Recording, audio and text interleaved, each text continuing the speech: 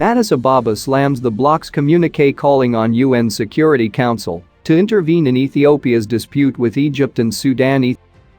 Ethiopia has rejected an Arab League resolution calling on the United Nations Security Council to intervene in a lingering dispute between Egypt, Sudan, and Ethiopia over a massive dam Addis Ababa is building on the Blue Nile, the Nile River's main tributary.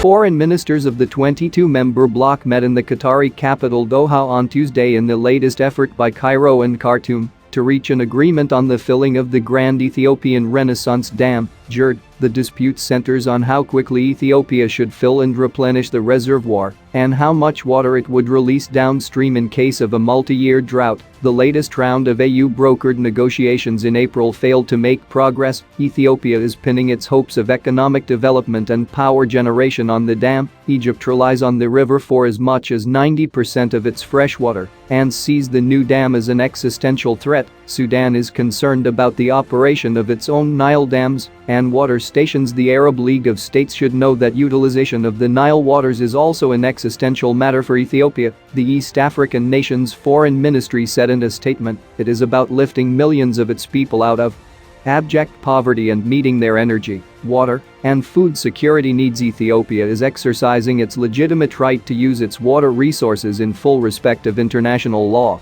and the principle of causing no significant harm, it added.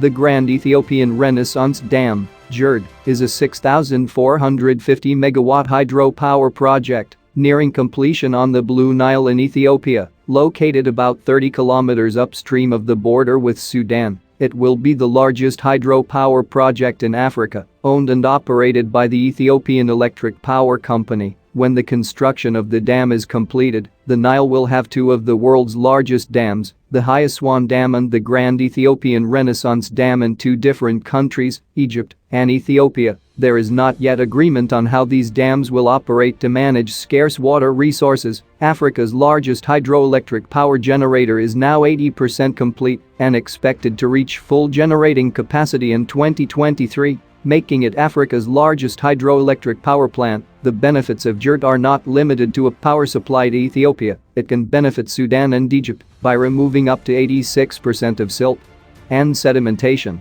It will regulate the steady water flow throughout the year, and it will avoid unexpected flooding to downstream countries. Ethiopia said. The three nations were close to reaching a US brokered accord last year, but Ethiopia walked out of a signing meeting in Washington, accusing former President Donald Trump's administration of siding with Egypt. The African Union, AU, is mediating the dispute currently, and Cairo and Khartoum have repeatedly called for the US, the EU, and the UN to mediate as well, but Addis Ababa has rejected the idea. The agreement would spell out how the dam is operated and filled, based on international law and norms governing cross-border rivers. The dam is now 80% complete and is expected to reach full generating capacity in 2023, making it Africa's largest hydroelectric power generator and the world's seventh largest, according to reports in Ethiopia's state media. The Ethiopian response comes hours after the Arab League said, following a meeting of Arab foreign ministers over the dam crisis in Doha, that Egypt and Sudan's water security was an integral part of Arab national security.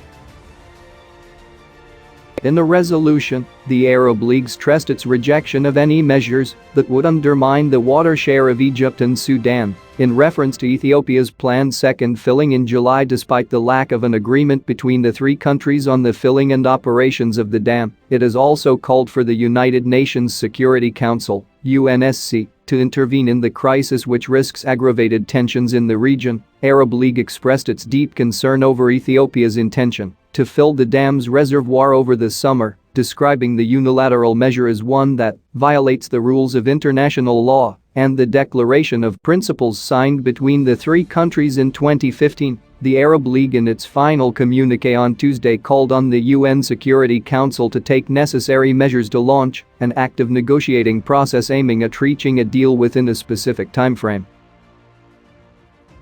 Egypt and Sudan said they sent letters to the Security Council this month, explaining their positions on the dam. Both warned of dire repercussions to peace and stability in the Horn of Africa without a deal. The Sudanese government also warned against a second filling of the dam before an agreement is reached. The country said it cannot accept the imposition of a de facto policy that threatens the safety of 20 million Sudanese citizens who depend on the Blue Nile. Sudan stressed the need for a binding legal agreement on filling and operating the dam that preserves and takes into account the interests of all three parties. In its statement, Addis Ababa said it regretted attempts by Egypt and Sudan to unnecessarily politicize the JERD negotiations and turn it into an Arab issue. The JERD is an African issue. The disagreement between Ethiopia, Egypt, and Sudan can only be resolved through good faith negotiations and compromise in the spirit of finding African solutions to African problems.